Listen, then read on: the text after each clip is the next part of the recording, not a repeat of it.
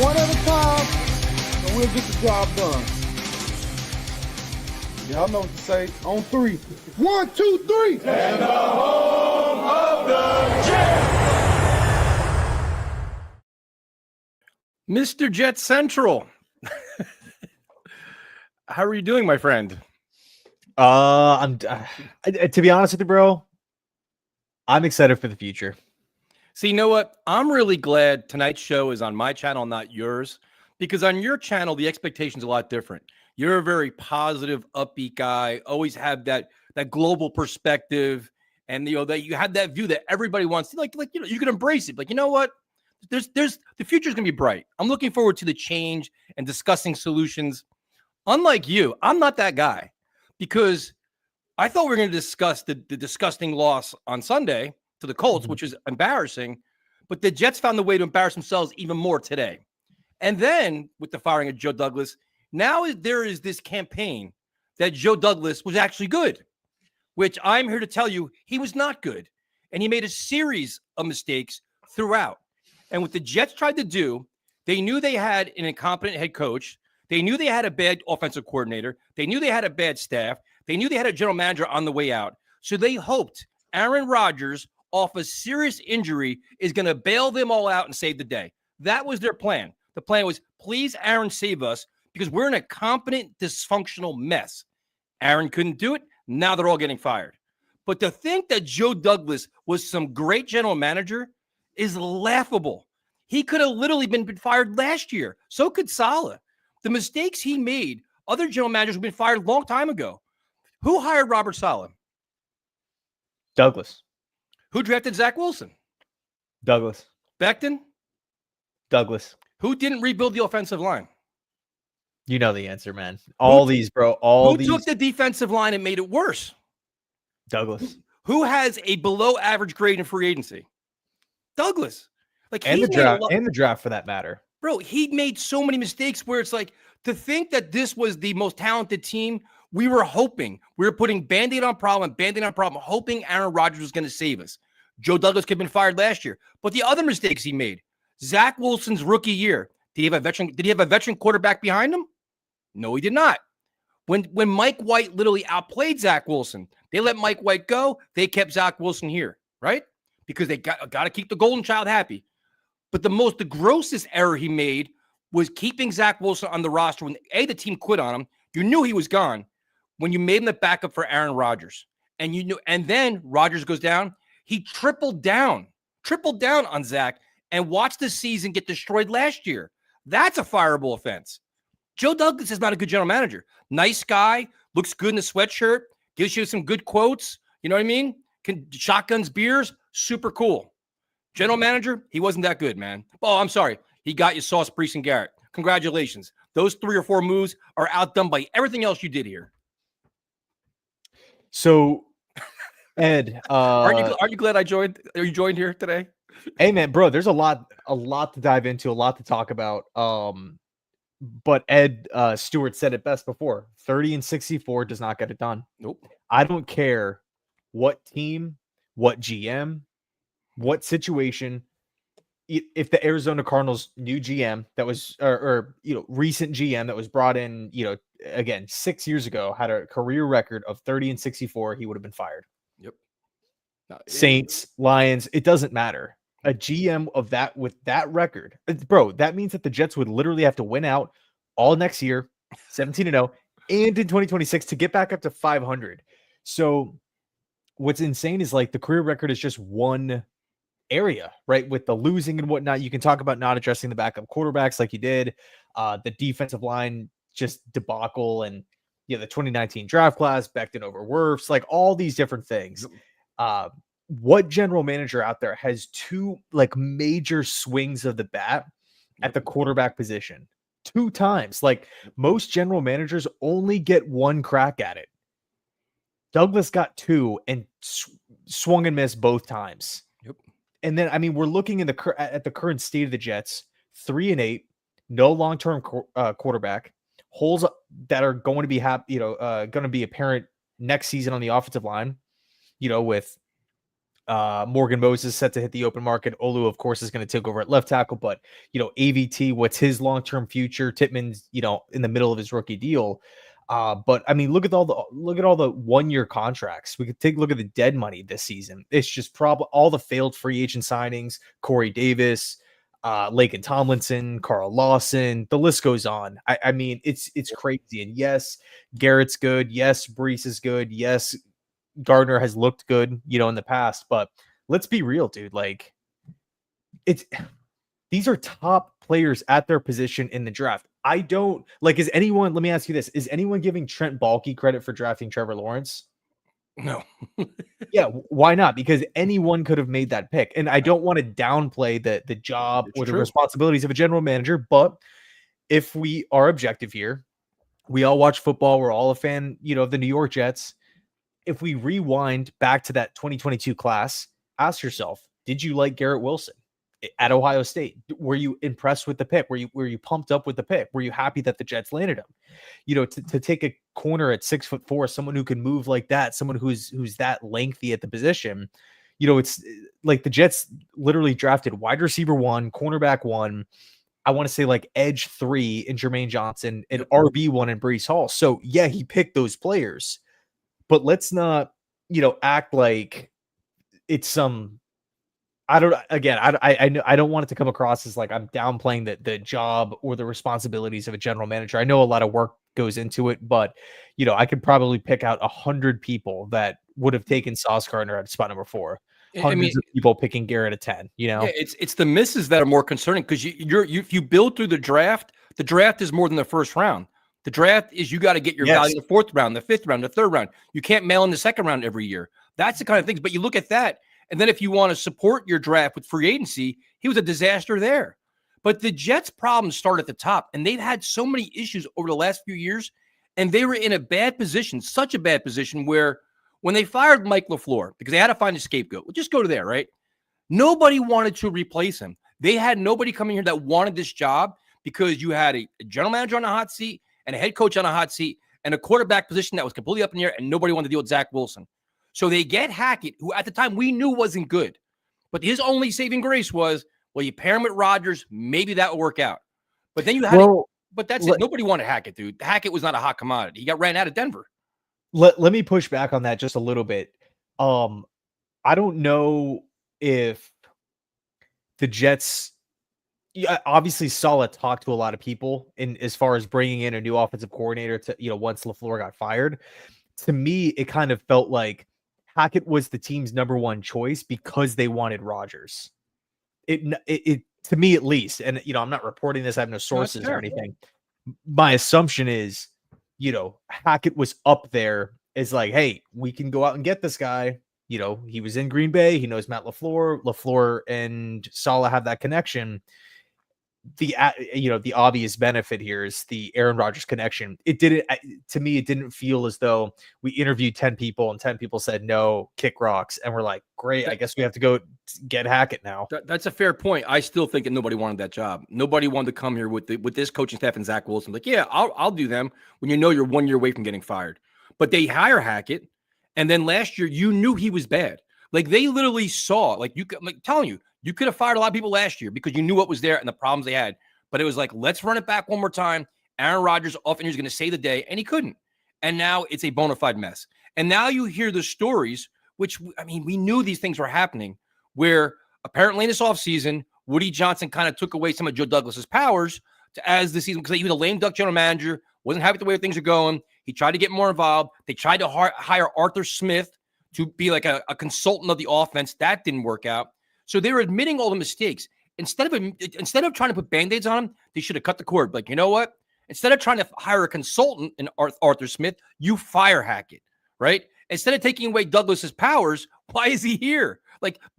You're making things worse because you take away power. Then what? I'm not vested. Then now I'm just sitting here, and now the aftermath of all this is you're trying to hire a whole new staff, and now it's like, if I'm a prominent, reputable general manager, do I want to go to a team where the owner may say I have full control until he gets pissed off and starts meddling? It's a bad look, right? Yeah, but it's still one of 32. It's, and if we go by the logic, I think people are totally fair in saying, hey, I would rather go work for the Steelers as opposed to the Jets. I would rather go work for the Eagles as opposed to the Jets, right? Well ran, ownership is A plus and things like that. But how many jobs like that actually come open? Well, I mean, but when is the last time the Steelers? Go ahead. No, I'll give you a full platform for this. But my question for you is this: yes, the job is open, but do you want the top candidate, or you want a guy that's desperate for a job and just an opportunity? Because that's the big difference for me. Yes, you'll get somebody be like, you know what? Screw it. I'll try the Jets out and see what happens. But I want the best candidates. Like, you want the Vrabels. You want these top candidates that are game-changing, culture-changing, winning guys that can help change this culture. Will you get those guys? And the answer is probably not, right? I want someone who wants to be here. I don't want the pessimistic candidate. I don't want to work with Woody because it's, it hasn't gone well in the past, and I want to opt for a better job. I don't want to interview you. I want someone who's excited for the opportunity. And this is my team. I can be a head coach in football. I can be a general manager, for the National Football League. I have an opportunity to get this team back to the playoffs. Give me that responsibility. It's easier than ever, man. The cap is at an all-time high. College teams are taking philosophies from college players, pro teams are taking college philosophies. You have college players coming in that are more ready to play than ever. You're seeing these fast turnarounds. You have the extra wild card now.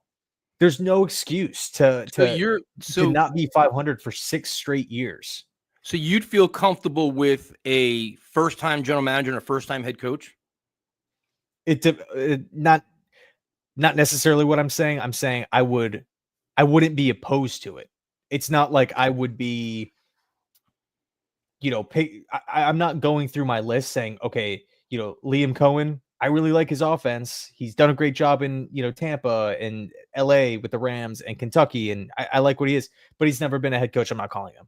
I want the Jets to cast a wide net and bring in a lot, lots of options, guys that are eager for the opportunity, and see what's out there. Now, I can understand that. Like, I have a couple guys that I like that would be first-time head coaches, but my concern is that the dysfunction and the stigma of losing is so deep here that you need a guy that has a legitimate program and culture established, where he comes in, no nonsense, and he has instant respect everywhere. Like, going back to this is, I know, years ago, but when the Jets were miserable under Kotite, the minute Parcells came in the door, everything was done. You look at the Lions with Dan Campbell. You look at some of these organizations, the quick turnarounds. It's because you have that powerful figurehead in the coach where it's like, everything stops with me, my way or the highway, and this is our culture. Like the Ravens with Harbaugh. You see Harbaugh with the Chargers. You see Sean Payton with the Broncos. To me, you need that kind of guy, and I'm not sure you can get that in a first-time head coach. Maybe you can. I mean, Dan Campbell did it, but I mean, it's just like, you don't have that concern at all? No, I definitely have the concern. I also have the concern of someone walking in and maybe getting bossed around from ownership. Now, again, the ownership is up in the air. I don't really know exactly like when Woody is scheduled to leave, if he's going to be, taking over the same exact role and whatnot. How has Chris learned from his past experiences? I would prefer someone who's been a head coach before. Flores, Vrabel, Kingsbury, those three, Stefanski as well, man. I'm going to do a video on Stefanski tomorrow, but that's an interesting option. I mean, the Browns are 2-8, I'm sure we're going to kind of dive into each individual coaching candidate and prospect and stuff, but no, I mean, I would prefer the guy the coaching candidate to, have that NFL head coaching experience. Like, obviously that's a massive plus. And, I saw the comment here before. Let me scroll up and find it. Let's see. I can't find it. But anyway, it said that, we've been down the road of hiring like the hot coordinator, the Todd Bowles. We've also gone down the route of hiring a former head coach in Adam Gase. So, But that was a terrible hire, though. That was legitimately that hire we knew at the time was a bad hire, right? Yeah, I would agree. But it's, there's really only two options to go down. You can hire that's been a head coach and has either been fired or retired, or you can go out and, hire a coordinator or someone like that who you feel is qualified. My mindset is, let's just talk to them all and make the best decision moving forward. Yeah, I think, but it's just, no, I agree with you, dude. I want to interview Aaron Glenn. I love Aaron Glenn. I like what he is as a coach. I'm interested to see what he brings to the table, but my preference is not a first-time guy. And you sent me that video about Brian Flores, and I was like, dude, the more research I do on Brian Flores, people are like, oh, he's a jerk. We may need a jerk. We may need a disciplinary. We may need a tough guy. We need a guy with a strong personality that says, you know what? We've got to change this up. And there's no perfect candidate. You want to tell me Rex Ryan? I can find you 5 reasons why I don't want him. You want to tell me John Gruden? I can tell you 5. You can find holes in every candidate. But you got to find what's best for your culture, what's best for your leadership, and what's best just establishing this young nucleus and making them players. So my next question is the timing of this is odd. And we've talked about this for a couple weeks now.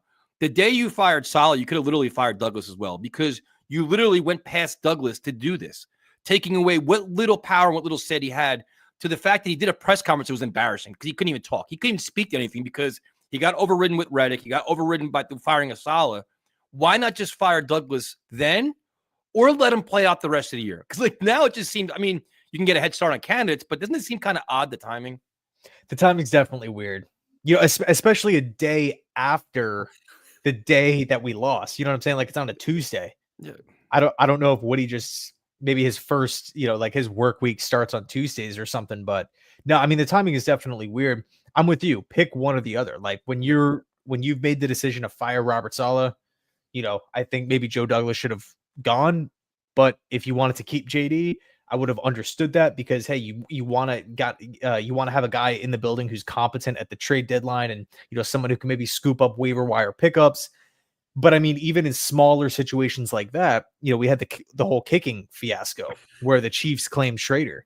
Yep. Now, apparently, I think it was Rich Cimini who reported that the Jets, tried to bring Schrader back, but he chose Kansas City. But it shouldn't even gotten to that point in the first place. If he was just promoted to the active roster, ironically enough, that's exactly what happens with Carlson. So, the blunder was clear, at that given point. But yeah, so for me, it's you either let JD play out, and it's kind of that understanding, hey, we're not going to hand out a 4-year contract extension at the end, or you let him go early and kind of give him an opportunity to get settled somewhere else. Or, Saleh got settled somewhere else like that. He went to Green Bay. So, I hope Douglas goes on to have success elsewhere, but, it just was not working with the Jets. And I don't like this weird narrative that I've seen so many people talk about. And, funny enough, some of these guys are Joe Douglas's friends. So, you could expect it, the Todd McShays, the Daniel Jeremiahs, everyone coming to the defense of JD all of a sudden. Put this situation in any other team in football. 2 misses on two big swings at the quarterback position. Yep. Never reaching 500, let alone the playoffs. Offensive line, defensive line. 6 years later, we have more questions than we did when he took over, because at least when he took over, we had we had tons of cap space, it just felt like a clean slate. Now it's all right, we got 1 million roster holes with all these 1-year deals. Certain guys are disgruntled. We had the Connor Hughes report talking about, guys potentially just they're waiting it out until the end of the season because everyone's just so fed up and just sick of the culture. I feel like the Jets are in a worse state right now than when JD took over. And it would be one thing if it was only 1 or 2 or 3 years. It's been 5 or 6, dude. So, and then you slap on top of it the career record. Yep. Now, 64 losses, man. That is so much losing. This is honestly, in my opinion, as bad as it gets, and the absolute rock bottom for an NFL organization. Now, you mentioned the players checking out, which I think we've seen over the last couple of weeks. The Arizona game was a true embarrassment. This past Sunday, the defense is a complete joke. Now, some of the guys checking out are young guys, which to me is concerning because Some of these guys you want to be the building blocks of the future. Are you worried that the firing of Saleh during the season, the firing of Douglas today, some of these guys, mainly a Garrett Wilson's like, you know what? He's been relatively quiet till now. I want out. Like, I don't care who you hire next year. I just want out of here. I want to win football games. I want to get paid. I want to be happy. This market sucks. This media base sucks. These fans suck. I need out. Can you see some of these young players being like, you know what? This isn't for me, man. Like, I don't even care. You want to hire Flores? Cool. I need out. Yeah, I mean, I could definitely say it's definitely a possibility. That's exactly what we saw with Jamal Adams. Yep. So, Well, I mean, it seems like Sauce is taking that route a little bit. Sauce is kind of going down the wrong path. But can you see? Would you be concerned about a Garrett? Would you think like Brees? I'm not too worried about because running backs you got Braylon Allen. But to me, it's like a guy like Jermaine Johnson, Garrett Wilson, players like that. You kind of want to keep around. Sauce I could trade. I wouldn't care. But are you worried about Garrett at all or no? I'm more concerned with guys that want to be here. If they're under that mindset, the organization sucks, we keep losing, the fans suck and stuff like that. I mean, if you want to leave, I'll gladly trade players and then recoup picks and then replace those players. That would be my mindset if I'm the next general manager. I mean, in turn, you're saving money by doing that. I mean, because it's not just what would you rather have, Garrett or draft picks, right? / wide receiver need. It would be Garrett plus or minus $25 million per season. But Garrett's the one guy who I really want the Jets to keep. Me too. I feel for him. He hates losing. Everyone hates losing.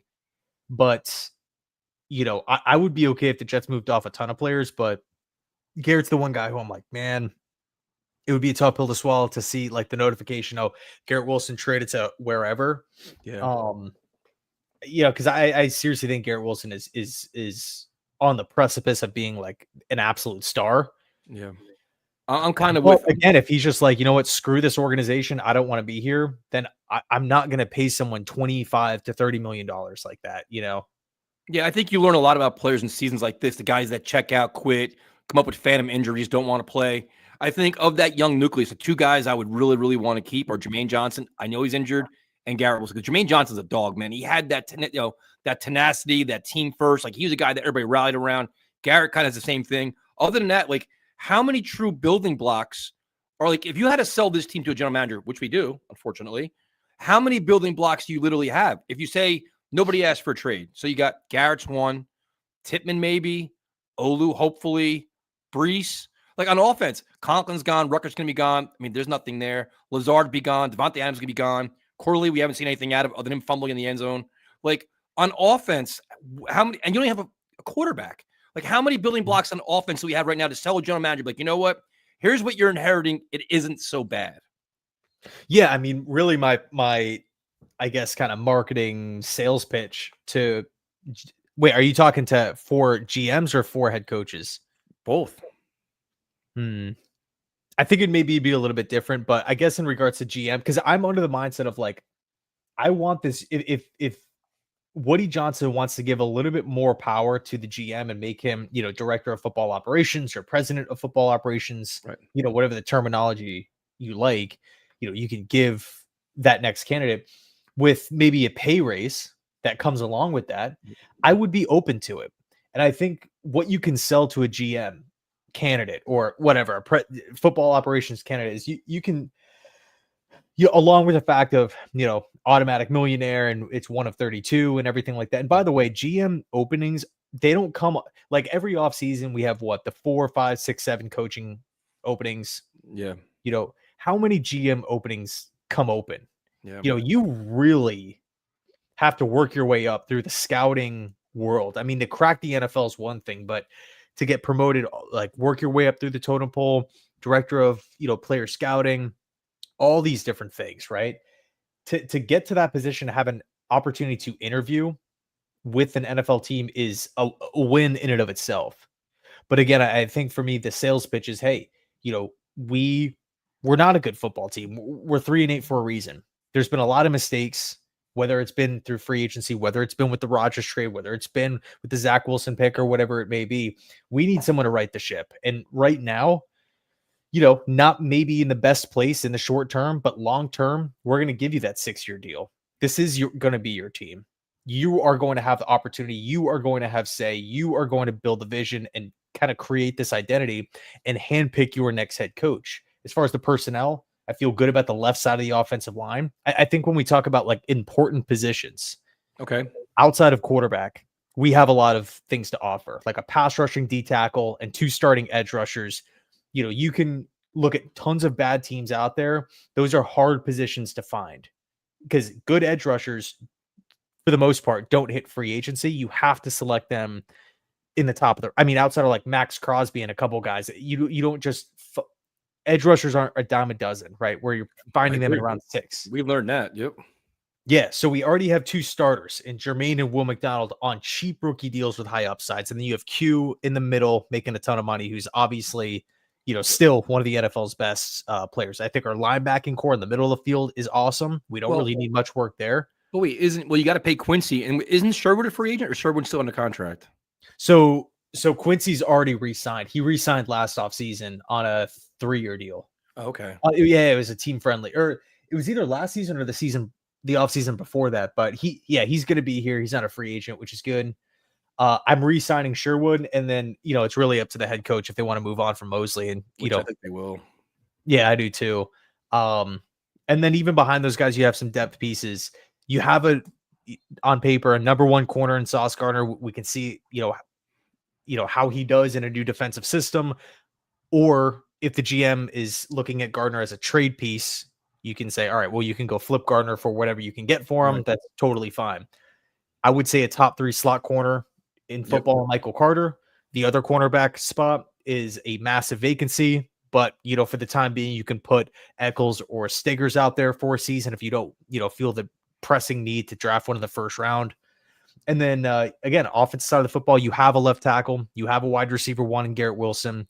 Again, the left side of the offensive line, I feel good about. You don't really need to do much at running back. It's really just, to me, right tackle, quarterback, and that's pretty much it as far as like the areas that we need to address immediately. Like we're gonna need your help on it as far as like what you'd say to the candidate. But I would also look at Devontae Adams as a potential trade piece, man, because once the offseason hits, let's just say Jets hire a new GM. Mm-hmm. And he puts out feelers. Hey, Devontae Adams could be on the move. We're going to get calls. There are going to be teams in the offseason early on before free agency in the draft that want to, or before free agency really like kicks off, that would like to acquire Devontae Adams and, opportunity to restock some picks. So I think, we do have some solid pieces, but if the new GM says, hey, you know what, I like all those ideas, but I want to trade Adams. I want to trade Gardner. I want to acquire picks. I want to clear money. I don't want to be worrying about guys pointing the finger or, requesting $25 million a season or anything. I don't want to worry about that stuff. Then as an owner, if I'm Woody, I'm saying, okay, I mean, we're 3-8. It'd be different if we're 10-win team. You know what I mean? Well, that's it. Like, to me, it's like if you have a guy you truly believe in or a prominent guy with a great reputation, he looks at this roster and says, listen, I understand what you like. This is what I like, and this is what I want to do. Take it or leave it. And if this plan means you may have to trade a popular player because I think he's not a good fit for our scheme or whatever it is, then I'm in it. Like, I want Woody Johnson out of the equation. Like, I want football guys making football decisions. That's why the whole director of football operations makes a lot of sense. Woody hands the keys over to one guy. You now run football operations. You hire a general manager. He reports to you. The head coach reports to general manager. You have a legitimate reporting structure. All football guys have figured out, and Woody just signs the checks. That's all he does. But, so you have building blocks. Now, the one thing, this Aaron Rodgers thing to me is a non-story because he has no say anymore. He wants stability, continuity. He's not getting that. He's not playing well. He's not a leader. The team believed in him. That's a locker room. Is just nobody believes in him. It's just over. To me, there is no option where he comes back next year. To me personally, I don't want him to come back next year, but I don't think he should come back because your rebuild and your new vision has to be with a new face to the franchise. He can't be lingering around. Do you agree with that or no?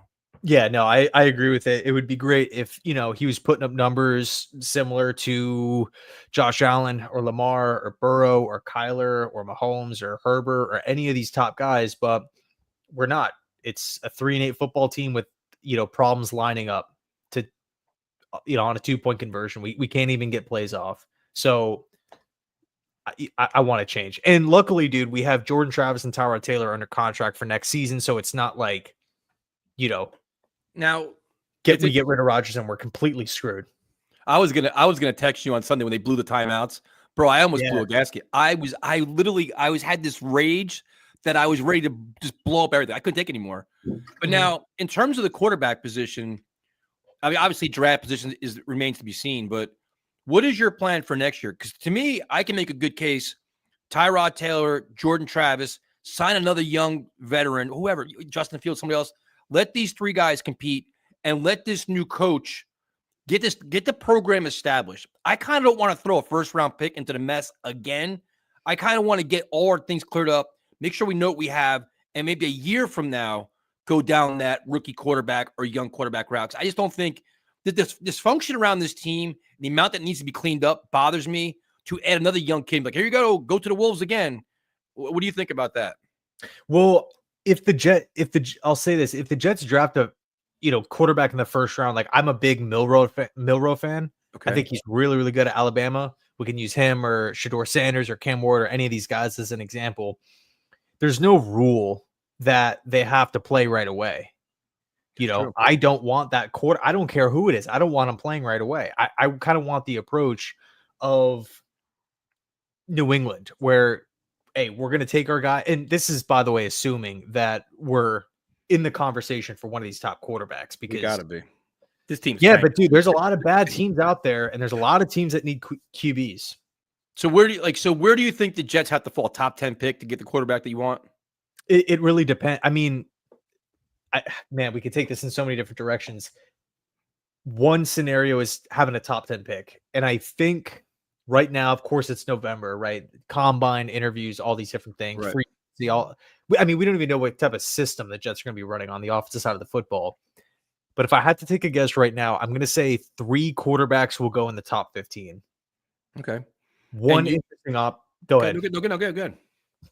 No, what I was going to say is one interesting option that you can do is go BPA at one of the big positions of need. So, like, say defensive tackle, go out and get like Graham from Michigan, who's like project. And again, this is early.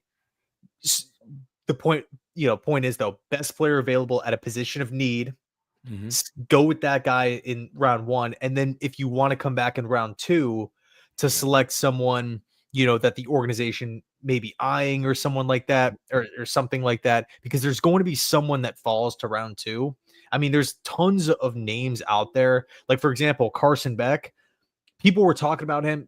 Tons of, he was getting Justin Herbert comparisons by Colin Cowherd and all. I mean, the national media loved Carson Beck, and he's having a not so great season this year, with turnovers and throwing the ball into double coverage, and just throwing mechanics look off in certain areas. And when things fall apart, he seems to crumble as well. But if you want to go out and say take a Carson Beck, if the Jets coaching staff loves him and the Jets front office loves him, if they want to take him with, the 60th something or like the 50th something pick, like a bottom round 2 selection, you're not in a position where he's labeled as like the savior. Yeah, that's what you want. And you've already selected a kind of go-to like blue chip stud in the first round at a big position of need. Yeah. So I'm not, this is not me campaigning for Carson Beck. I'm just, using him as an example. If the Jets' new regime is like, hey, you know what? Maybe we're not sold on any of these top quarterbacks. I would rather go with like one of the mid rounds and then just go load up at, positions of need up top. Yeah, I don't want to be in panic mode. We're like, oh, we have to get a quarterback. And settle on a guy that you're kind of really not sold on, and then you're this whole Zach Wilson thing all over again. You have Tyrod Taylor in the building. I know he always gets hurt, but still, between him, Jordan Travis, another kid, let them all compete. The expectation next year is not going to be win 12 games. It's going to be like maybe win 7 or 8 and try to figure this all out and build a program and understand what the hell you have in your schemes. But to me, the whole Rodgers thing is just over, dude. There's no place in my world where he comes back next year. And if he wants to come back, all right, what's the buyout? Where do you want me traded to? It can't be with the Jets anymore.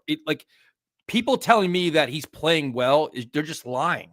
They want to believe in something because our standards are so low now that a mediocre game manager is like, oh, he's playing well. We need better than this now. You need a face of the franchise. You need a leader for the foreseeable future. No more 1 year band-aid of Aaron Rodgers. That ship has to sail now. It has to. I just don't want Woody Johnson to be like, well, we're bringing him back. Because if you have like a team that's kind of in disarray and you have to inherit Aaron Rodgers, that is going to be a deal breaker, dude, for a lot of people. Yeah, man. I mean, the thing, like, I can understand the bad play, like missing a throw here, looking immobile. I mean, he's 41 coming off the Achilles. The thing that is irritating to me is the body language, dude. Like the constant, like looking up into the sky and the eye rolling and like just confusion. And I feel like there's some sort of confusing situation or dilemma that happens every single week that's talked about after the game.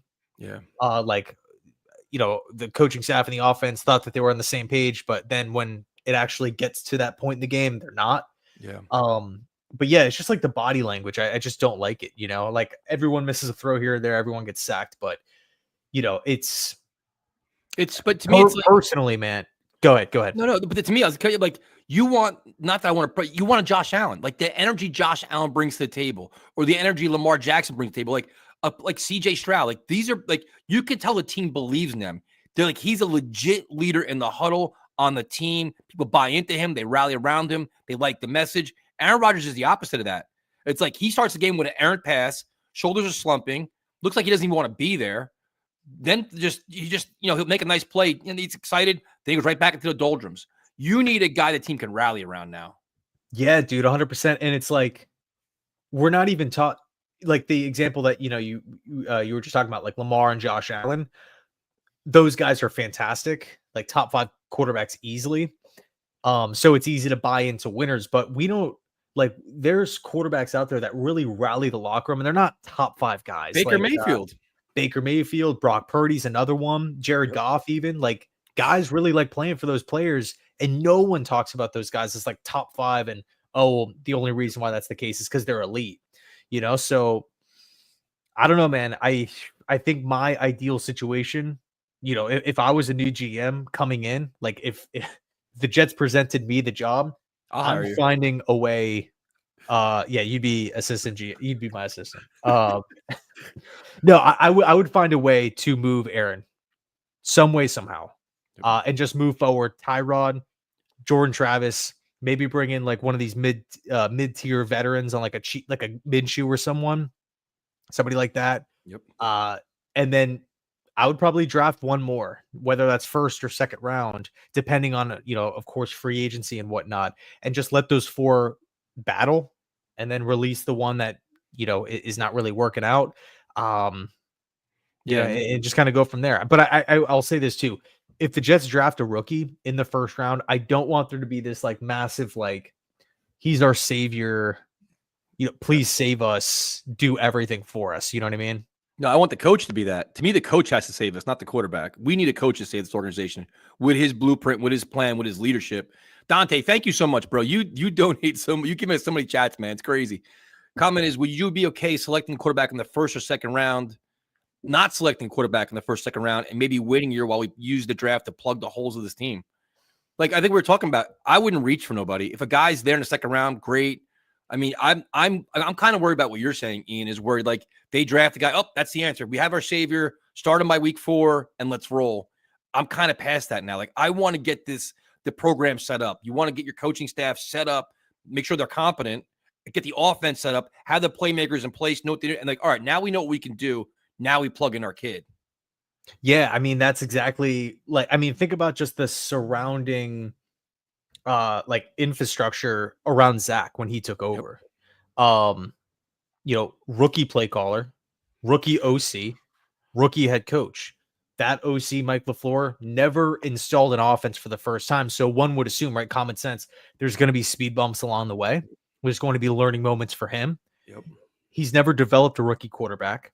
We didn't, JD didn't bring in a Flacco or one of these vets in the early parts. So in practices, in training camp, in meetings, Zach is seeking advice from 2 other quarterbacks in the quarterback room, James Morgan, another JD draft pick, and Mike White with no regular season experience.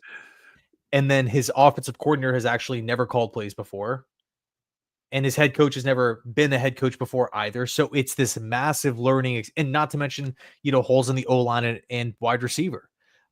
We could talk about, a similar situation with Sam Darnold. I mean, if we go back and look at some of the rosters that Darnold had to work with, I mean, come on, dude. Like, it is frustrating seeing the young guys being forced out. Gino was forced out there because of a Sanchez injury. Yep. Obviously when Rex was the coach, but yeah, I just don't like, whether it's the Jets or any team, I don't like seeing the young quarterbacks drafted high in the first round, get put into positions where it's like, please save us. You're our only hope, and we're not going to really give you the best offensive line, and we're not really going to give you the best, maybe system for you, or whatever it may be. Yeah. And by the way, I saw some comments about Gardner Minshew. I'm not saying Gardner Minshew to be the starting quarterback of the Jets, but it's just some, like, a quarterback in that tier where you can bring someone in for 1 year, $5 million to not necessarily be a camp arm. But I'm trying to think of a similar, maybe when Rex took over in Buffalo, when it was EJ Manuel, Tyrod Taylor, I think Matt Castle was a part of that quarterback battle, and Thad Lewis. Anyway, it was like a 4-man quarterback competition. It's just like, hey, there's no preconceived notions. Whoever performs the best is going to be the starter. Whoever performs the second best is going to be the backup. We're not going to be, involving these politics and, storylines into our decision making. Yeah, I mean, you made a really good point. Like Baker Mayfield was like, Justin Fields from prefer Justin Fields. That is a doable option. That is someone that you can go out and snag next season. But you see how, like, the passion and pride that Baker Mayfield plays with, the energy, and he literally rallies his teammates. That's what the Jets need. They've had lifeless quarterbacks here for like 4 or 5 years. Zach was lost. Aaron Rodgers doesn't care at all. Like, you need a guy that it's just like, all right, get on my shoulders. And an experienced guy I can carry, like Tyrod. I mean, Kirk Cousins, I don't even care at this point. But it's like people like that. But now, what do you do with, I mean, do you have a wish list for general managers? Like, do you have like 4 or 5 guys? And I mean, I think everybody's saying, Ray Agnew, but do you have guys that you're kind of like on your wish list right now? Do you want to get interviews? Dude, I think John Dorsey's an interesting one. Football guy. He's been a general manager with the Chiefs for a couple years. He drafted Mahomes, GM with the Cleveland Browns. Obviously took the big swing up at the top of the draft with Baker Mayfield. And if we think back, that position with the Browns was, like, I would say one of the worst jobs that you can take in the NFL or even in sports, to sign on to the Cleveland Browns in that era. Very, very, very difficult time. I mean, what was it? It was like Hugh Jackson was like 1 win, 31 losses, or some crazy record like that. And they went through all the quarterbacks and whatnot. Dorsey, and I understand Dorsey wasn't there for the long haul and ended up getting fired because the Freddie Kitchens hire. Mm-hmm. But, if let's just say the perception around the Jets is true, no one wants to come here. I think Dorsey in the past, first of all, it's rare that someone has 3 cracks or 3 bites of the apple as a general manager. So if the Jets come calling, hey, we can give you a little bit more power. We really like what you've done before in the past. You have GM experience. You can draft quarterbacks and put them in position to have success. And this could be your 3rd opportunity. You're probably not going to get this opportunity with any other team. Yep. I think that would be an interesting option. I think Terrence Gray from Buffalo, Borgonzi from Kansas City, but Borgonzi he kind of feels like he's the Ben Johnson of coaches. Like, he's going to have his pick between any job, whether it's this cycle, next cycle. There's a lot of people that are high on Ed Dodds from Indianapolis, who is the assistant general manager, and he's talked about every cycle. Yeah, he is. I know the Raiders are really high on him. So there's this guy named Mike Greenberg who is the Bucks assistant GM. Yep. And he's kind of the mastermind. So, like, I live down here in Tampa, and people love this guy because he's like a mastermind with the cap and like the finances. And so he basically was in charge of helping and managing the cap post Brady, or not only during the Brady era and then post Brady, obviously, because he's still there. And like, if we think about Tampa, like, they really do a good job of of course, drafting and developing, but also keeping their own Keeping. players. Bingo. As well as when they do bring in these free agents, they make it work. I mean, think about how many big contracts or stars are on this Bucks team, yet they aren't in cap hell like the Saints. I mean, Evans is signed, Baker's signed, Levante David's been there his entire career. God, Winfield is like I think the highest paid safety in football. Yep. There's Tristan Wirfs just re-signed. Godwin's on a big deal. They're making it work with the financial, from the financial side of it. So if you don't want to go with that background in scouting, you can go kind of like the John Idzik route, which is like go get someone who has a background in managing the cap and can always position the team to where they can go out and sign 4 players and not have to worry about it. You know what I mean? So no, that's a really good list. Now, in terms of coaches, I mean, everybody's saying a lot of the same names. I think we talked about it earlier, but your wish list, I mean, to me, I think Vrabel's very high on it, but I think he's going to have a lot of demand where I think he'll probably take a more desirable situation unless Woody Johnson goes above and beyond and offers some crazy money, which I don't think he'll do. Is there any college coaches that you'd say, you know what, not the preferred guy, but if a great college coach comes here, are you willing to go down that path, or do you want to stay in the NFL category? I mean, for me, dude, like I'm casting I'm talking to Rex. I'll talk to Gruden. I want to see what's out there. There's no rule in place that says, hey, if we interview him, we have to hire him. Throw out a name that is, well liked, a Joe Brady, Liam Cohen, someone from college, Dan Lanning, Oregon's head coach. Yeah, I'm gonna make a call. It's not gonna hurt the team to talk to a candidate. You know what I mean? Right. But you wouldn't be opposed to a college coach taking the team over? I guess it kind of depends on who it is. I think Dan Lanning's an interesting choice, but I think selling the Jets right now is difficult because in college, man, granted, I think it, being a head coach in college at this point, you just have you have so many responsibilities on your plate. I would argue being a college coach is harder than an NFL coach, with just the amount of responsibilities that you have to deal with on a day-to-day, literally 365 days out of the year. But yeah, I mean, I wouldn't be opposed to it. Like, say if the Jets picked up the phone and we interviewed, Dan Lanning. Yep. I'm not gonna make a video saying what are we doing? Talking to a college person, college coach, But I do, in turn, I do think it's difficult for the Jets to, sell themselves. Like, hey, please, like, save us. Like, please rebuild us. Yeah. And they're going to pry that college coach from a program that is just so well ran. Yeah, this is a great question from Dante. Dante, thank you again, man. Do we want a GM who is also a director of football ops? I say separate roles. I see Dorsey as a director, not a GM. I agree with Dante, man. I want separate roles. I want a guy that's running football operations, a general manager under him, and the head coach under him. Like, you have a clear line of power here where there's no questions, no finger pointing. Like, who does what, no confusion. What do you think? Yeah, I'm all for it. Whatever they feel as though is the best, plan of attack. I really don't think it would hurt to bring in a, president of team operations or, someone in that role. Now, this is the guy. And I also think that will help the GM process, because if we think back in the past, we've, Woody and Chris Johnson, I believe, have consulted with other people to help them find the next GM. Yep. Whereas if you bring in the director of football ops, you now have someone spearheading the process. And, from that point, it kind of trickles down. This is an interesting name that gets instant reactions on social media right off the bat. And I actually like this guy because I like the brash, arrogant, bold guy on his takes, not scared to call people out. And to me, I kind of think the Jets need that at this point. We don't need pushovers. We don't need soft guys. We need guys with attitude to establish some kind of credibility with the organization. I kind of think like him and Brian Flores would be wild, because that's just like personality be just smacking in your face with just like that bold nature. What do you think about Reddick? Yeah, I believe Reddick is a Steelers guy. So to be honest with you, it's difficult talking about GM candidates that are in the media. Like, for example, when there was rumors of Todd McShay coming to the Jets, it's like you don't even know what to make of that, because it's like, what do you have to go off of outside of the media content?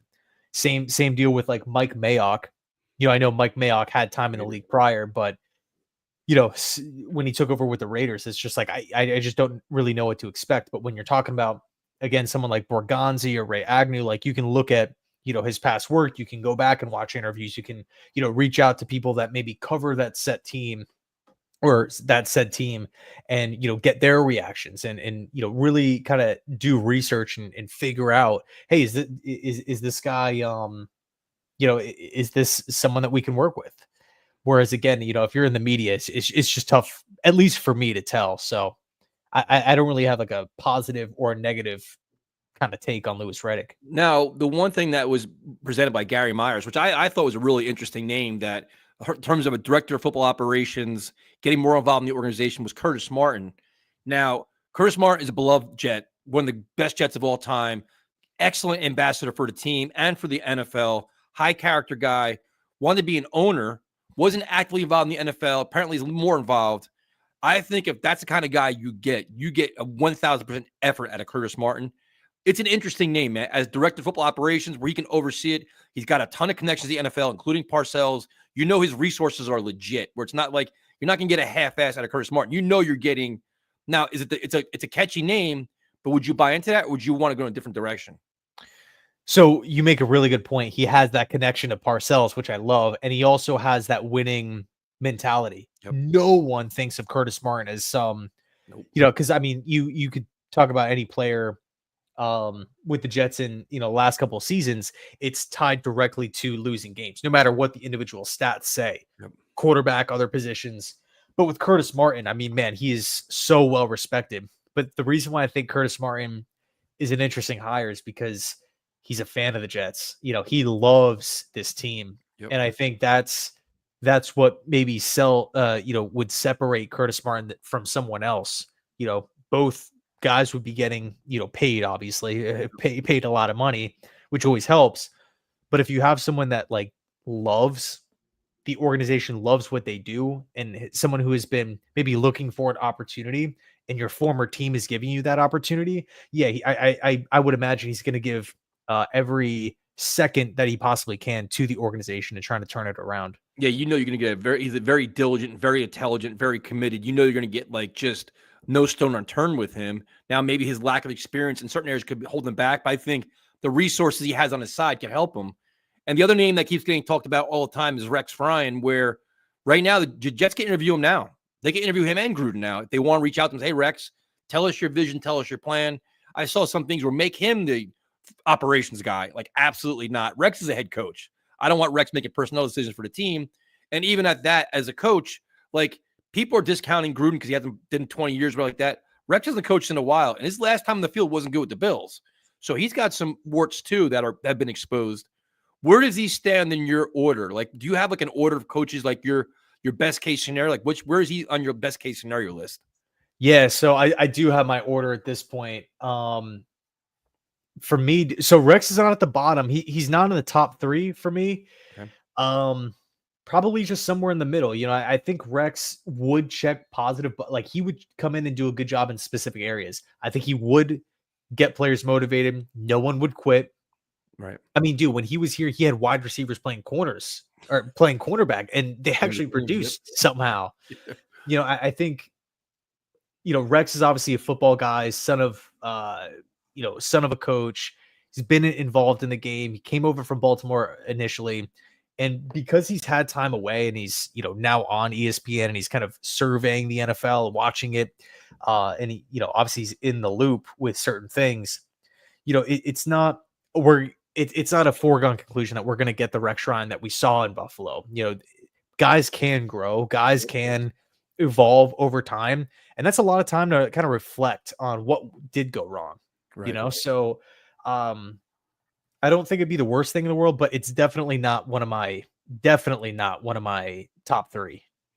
So the comment I do have my concerns. Yeah, from Paul, my fear of hiring a GM first is he will hire a head coach without experience to preserve his power. Flores as a head coach is my ideal candidate. So give us on November 19th, your top 3 coaching candidates for the Jets. Yeah, realistically speaking, just like or just throwing out names. I mean, no, give us realistic stuff. We're not here. We're not here to give lies and fantasies. We got to keep things real around here. Ian, come on, man. Well, I'm talking if you suggest Ben Johnson to someone, Right. they'll say no chance. Yeah, I'm more realistic. We know, like, to me, like, Ben Johnson has been so picky with jobs. He's not taking the Jet job. He wants to go with a team that has a quarterback. Like, just Right. say, So yeah, that's what I'm saying. So Ben yeah, Johnson ideally would be in my top 3, but right, realistically, he's probably not gonna, right. take it. I think Vrabel's kind of in that category I too. think so too. I think, dude, right now, Brian Flores is my number 1 guy. Yep. I think number 2, although he's still employed by, Cleveland, if he gets let go, Kevin Stefanski would come in at number 2, and then Kingsbury at number 3. Obviously, Vrabel and Ben Johnson in that mix if they want to interview. I mean, if we get the notification that the New York, Woody Johnson and so and so are interviewing Mike Vrabel, dude, that how excited are you going to be? Like, whoa, there's actual interest there. Yep. We're going to know pretty quickly on who's going to have interest and who's not going to have interest. But yeah, I think for me right now it'd be Flores 1, Stefanski 2, Kingsbury 3, and then in optimistically, I would want Vrabel or Ben Johnson somewhere in that mix. Is Todd Monken on your list anywhere? Yeah, I think he's good. I think he'd be an interesting option. But again, for me, those 3 candidates I would take before pretty much anyone. Now, would you have any concerns about? Now, I like Stefanski too. There's a couple coaches that get fired, I would take in a heartbeat. I like him too. Would you have any concerns of just got fired, coming back too soon? Where a lot of times people say when a coach gets fired, he needs a year off just to regroup, figure out where it all went wrong, and then bounce back. Are you concerned about a quick turnaround for Stefanski where he's getting right back into it? Maybe, but I think the problems in Cleveland, like there's so much trauma with the quarterback position. Yeah. And this season, I mean, look, man, coaches have bad years.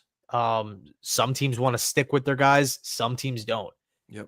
Stefanski right now is 40 wins and 40 losses. So, dead on right at 500. And that's factoring in this poor season right now. I think Stefanski, listening to him talk, and also same argument could be made with Dorsey, right? Taking that Browns job initially. Stefanski coming in after Freddie Kitchens, because Stefanski was the OC over in Minnesota. Mm-hmm. He left a job where he was with that organization for years. He was with the Vikings for a long, long time. He comes over to Cleveland and he kind of had this like bravado, this confidence. Maybe some could say ego about him, right? Where it's like, hey, I just want an opportunity. I want to be a head coach. I want an opportunity. And Cleveland gave him the opportunity. And so he had that confidence. And I mean, think about where Cleveland was back in like 2016, man. I mean, it was just automatic loss, roster questions, man, like it just felt like no draft pick worked out outside of like Myles Garrett. And it was just problem after problem after problem after problem, like those Hard Knocks years. Up until the point where Greg Williams took over and Baker was the starter. But, before then it was just complete turnstile, right? The quarterback list and everything like we were talking about before. So yeah, I'm a big fan of Stefanski. Physical, builds out the offensive line, run the ball, doesn't need a star quarterback to have success. Kind of feel like he just wants a game manager back there. Yep. Real emphasis on getting size on both the offensive and defensive lines and athletes outside. Yeah, I like Stefanski a lot. Now, Aaron Glenn, like I told Ian last time, like I'm an enormous Aaron Glenn fan. As a player, I followed his path as he went through the coaching line. I actually interviewed him with the Saints, which was super cool. I love his mindset. I love his passion. I love his energy. I fear him as a first-time head coach in this market, but he's definitely on my list. But what about a guy like Zach Taylor, where the Bengals are having a heartbreaking season, not getting the results they want, the rumblings that he could be out? Are there guys that you're kind of watching, like, you know what, Stefanski's going to list? Is a Zach Taylor kind of guy like, listen, the Bengals cut ties with him. Would he fall on a list that you'd be interested in or no? Yeah, I mean, he was one of the guys who I wanted initially. But I just don't know if Cincinnati's going to, because let me ask you this. If you're the Cincinnati Bengals, who are you hiring that's realistically better? Maybe Ben Johnson? That's what I was thinking. Ben Johnson or Vrabel. That's pretty much it. But even with Vrabel, you can make an argument that Taylor's better. So I think there's probably just that one candidate. And that's honestly probably a gig that Ben Johnson would like. So that's an interesting That's what I was interesting point. too, man. Because I'm like, you can sell that job to anybody. Joe Burrow, Jamar Chase, like, okay, sign me up. You have a quarterback that can win you games instantly. And to see like the couple of names came up the last couple of days, like Zach Taylor, Kyle Shanahan, like, dude, if any of these guys become available, it's a slam dunk for the Jets. But it has to play out. It's November 19th. They can win a couple games and everything changes. But it's definitely guys that I wouldn't like. I'm with you. Like, I wouldn't discount anybody, but I'm really trying to go down that not first-time head coach candidate. That's what I'm looking for. Yeah, like for me, it's tough to envision, Zach Taylor and Shanahan leaving off of one bad year.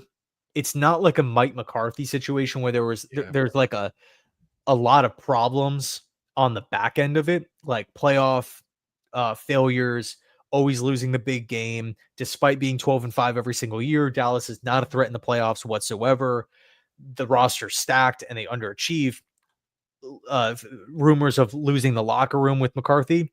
You don't really get those reports coming out of San Francisco with Shanahan.